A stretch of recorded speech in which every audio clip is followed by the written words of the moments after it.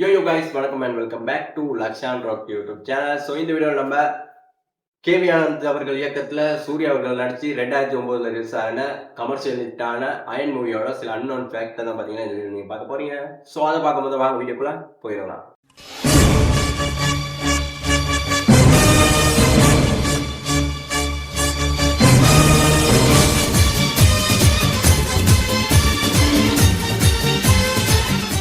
So guys இதுக்குன்னு பார்த்தீங்கன்னா சில பல ஸ்கிரிப்டெல்லாம் அதாவது டைப் பண்ணி ரெடி பண்ணி வச்சிருக்கேன். ஸோ அதை பார்த்தா சொல்ல போகிறேன். ஸோ ஏதாவது மிக்ஸ் ஆகணும் மன்னிச்சிருங்க, கொஞ்சம் சில பல மிஸ்டேக் ஆகலாம். ஸோ முதல்ல பார்த்தீங்கன்னா சூர்யாவோட டெடிகேஷனை பற்றி தான் சொல்லணும் நம்ம. ஏன்னு பார்த்தீங்கன்னா அதில் ஒரு ஆப்பிரிக்கா காட்டில் நடக்கிற ஒரு சேசிங் சீன் ஒன்று வரும். பார்க் கவர் கேசிங் சீன்னு சொல்லியிருக்காங்க.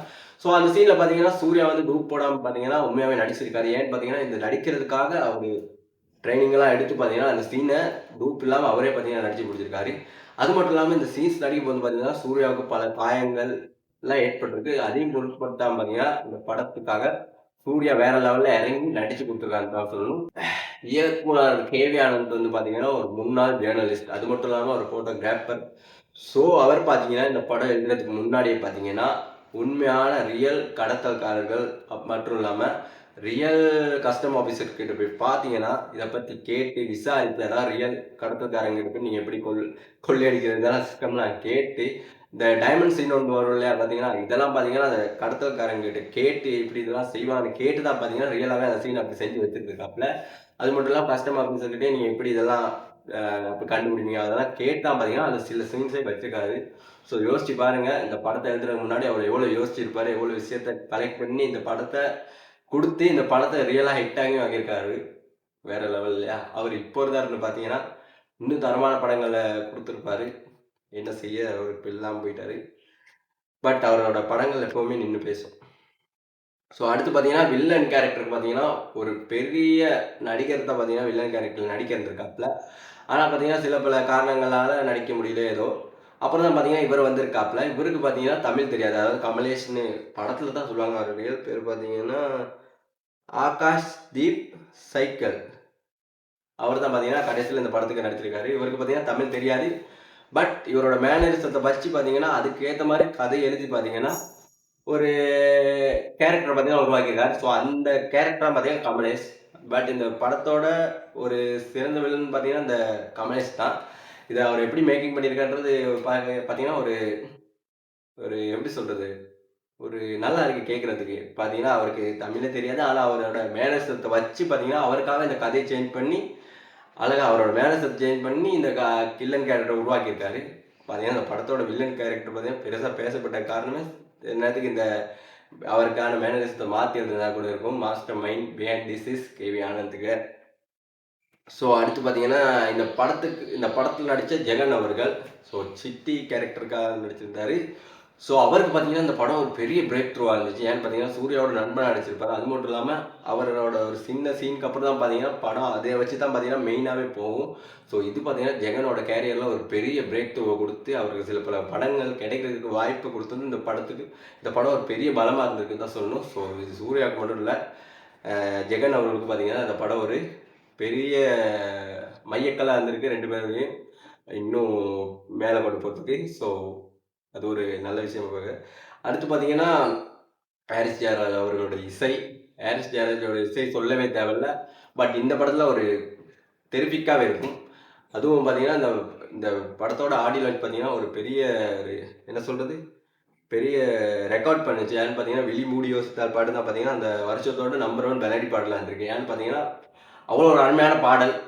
ஒரு எப்படி சொல்கிற கார்த்திக் வயசுன்னு தான் நினைக்கிறேன். ஸோ ஒரு செம்மையான பாடல். அதெல்லாம் இப்போ கேட்டாலும் பார்த்தீங்கன்னா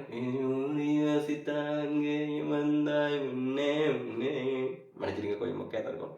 பட் நம்ம எவ்வளோ ஹாரிஸ் ஜெயராஜை ரசிக்கிறோன்றக்காக தான் நான் அந்த பாடம் படிச்சுக்கான்னு. ஏன்னு பார்த்தீங்கன்னா ஹாரிஸ் ஜெயராஜை பிடிக்காத ஆளே இருக்காது.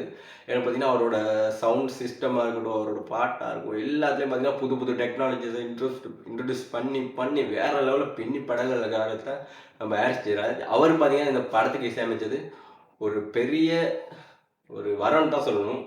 ஏன்னு பார்த்தீங்கன்னா கேவி ஆனந்த் ஹாரிஸ் ஜெயராஜ் காம்போ எப்பயும் பார்த்தீங்கன்னா ஹிட்டாக இருக்கும். அதே மாதிரி தான் பார்த்தீங்கன்னா இந்த படத்தை இறங்கி அடிச்சிருந்தாங்க. இன்டர்நேஷ்னல் லொகேஷன்ஸ் அதாவது தமிழ் சினிமா பார்த்தீங்கன்னா முதலா நபியா நாட்டில் பார்த்தீங்கன்னா ஷூட் பண்ண படம் வந்து இதுதானா நபியான்னு சொல்ற ஓ நம் நம்பியா நபி சாரி நபீபியான்னு சொல்ற ஒரு நாட்டில் பார்த்தீங்கன்னா ஷூட் பண்ண படம் இதுதான் பார்த்தீங்கன்னா சொல்லியிருக்காங்க. அது மட்டும் இல்லாமல் மலேசியா, ஜான்சிபார், சவுத் ஆப்பிரிக்கான்னு படத்தில் பார்த்தீங்கன்னா இன்டர்நேஷனல் லுக் பார்த்தீங்கன்னா வேற லெவலில் இருக்கும். ஆமாம், அது படத்தை பார்த்தீங்கன்னா தெரியும். என்னடா இது இந்தியாவில் எடுத்த படம் மாதிரியே இருக்காது. ஏன்னு பார்த்தீங்கன்னா அவ்வளோ லொக்கேஷனுக்கு போய் பார்த்தீங்கன்னா இந்த படத்தை எடுத்திருக்காங்க.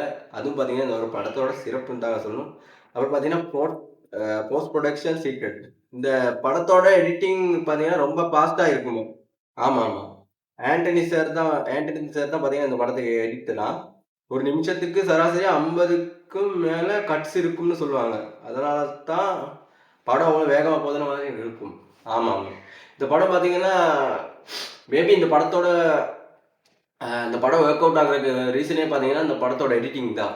ஏன்னு பார்த்தீங்கன்னா, ஒரு அந்த நம்ம சொல்லுவோம் இல்லையா, இப்போ வர்ற சில பல படங்கள்லாம் பார்த்துட்டு, என்ன இவ்வளோ ஸ்லோவா போகுது, மொக்கையா இருக்கு அப்படின்னு. பட் இந்த படத்துல நீங்க பார்த்தீங்கன்னா, எடுத்ததுலேருந்து ஒரு ஸ்பீட்ல போய்க்கிட்டே தான் இருக்கும். அதுக்கு வந்து பார்த்தீங்கன்னா, பெரிய ஒரு மையக்கல் பார்த்தீங்கன்னா, இந்த படத்தோட எடிட்டிங் தான்.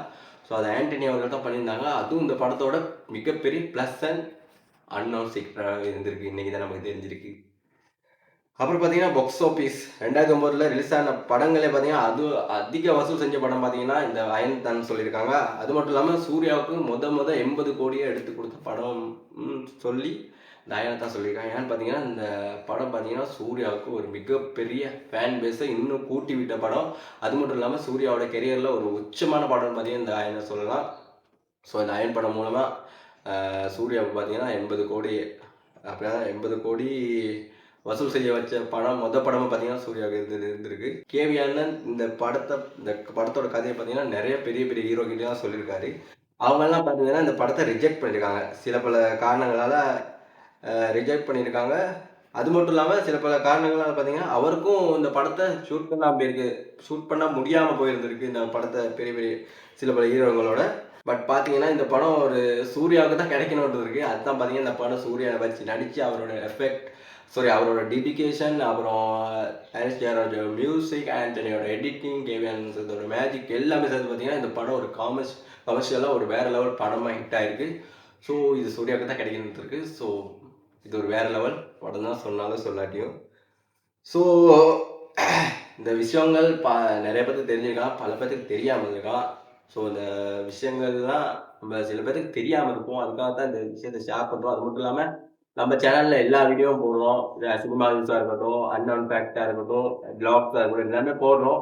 சப்போர்ட்ஸ் குறைவாக தான் இருக்குது. பட் நான் வந்து சப்ஸ்கிரைபர்ஸ் எதிர்பார்த்தோ இல்லாட்டி சினிமா நியூஸ் போட்ட சப்ஸ்கிரைபர் அப்படியெல்லாம் இல்லை. எனக்கு பிடிச்ச விஷயங்களை பார்த்தீங்கன்னா நான் இந்த யூடியூப் வீடியோ மூலமாக செஞ்சு போட்டுக்கிட்டு இருக்கேன்.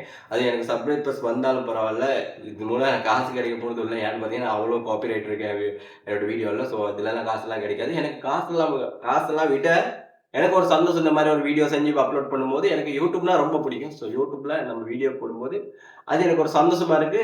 அதை சில பேர் சரி பார்க்குறாங்கன்னு சொல்லி எனக்கு சந்தோஷமா இருக்கு. சில பேர் ஷேர் பார்க்குறேன்னு சொல்லி பார்க்க மாட்டா, ஷேர் பண்ண மாட்டா எனக்கு தெரியும். பட் அதெல்லாம் தவிர்த்துட்டு நமக்கு ஒரு ஹாப்பினஸ் இந்த யூடியூப்ல அப்லோட் பண்ணி ஒரு 5 பேர் 10 பேர் பார்த்தாலும் நமக்கு ஒரு சந்தோஷம் கிடைக்கல. அதுக்காக தான் நான் அப்லோட் பண்ணுறேன். மற்றவங்க பார்க்குறாங்களோ இல்லையோ, பட் எனக்கு பிடிச்சிருக்கு இது அப்லோட் பண்ணுறது. ஸோ எனக்கு பிடிச்ச விஷயங்கள் நான் செஞ்சு யூடியூப்ல போட்டுக்கிட்டே இருப்பேன். கண்டிப்பாக எனக்கு சப்போர்ட் பண்ணுற நீங்கள்லாம் சப்போர்ட் பண்ணிக்கிட்டே இருக்கணும். எனக்காக இருக்க சில பேராச்சும் எனக்கு சப்போர்ட் பண்ணலாம் நான் நம்புகிறேன். ஸோ உங்கள் எல்லாத்தோட சப்போர்ட் தான் இன்னும் மேலே வீடியோ செய்ய வைக்க நான் நம்புகிறேன். ஸோ உங்கள் எல்லாருக்கும் ரொம்ப நன்றி. ஸோ இந்த வீடியோ அவ்வளோதான் கைஸ். இன்னொரு வீடியோவில் உங்களோட இன்னொரு புது கண்டென்ட்டோட சந்திக்கிறேன். So thank you. ஸோ மறக்காமல் அப்படியே நம்ம யூடியூப் சேனலை சப்ஸ்கிரைப் பண்ணிக்கோங்க. பாய். மறக்காம சர்ப்ரைஸ் பண்ணுங்க. தேங்க்யூ.